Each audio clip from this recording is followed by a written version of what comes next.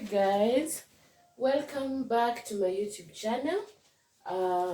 It's Mwalimu R Gigi, your favorite teacher in the 254. And the advantages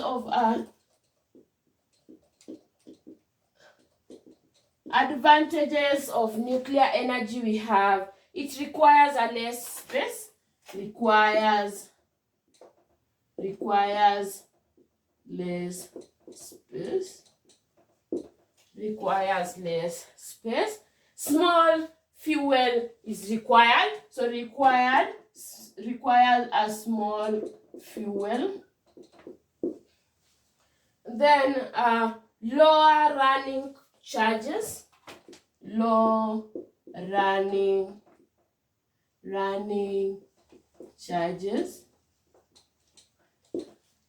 then produce bulk energy, electricity power produces.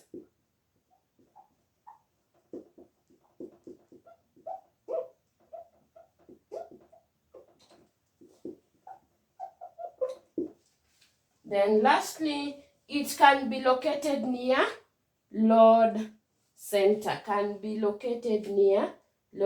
Meaning it can be located anywhere, but that one is very risky, so we can just have all that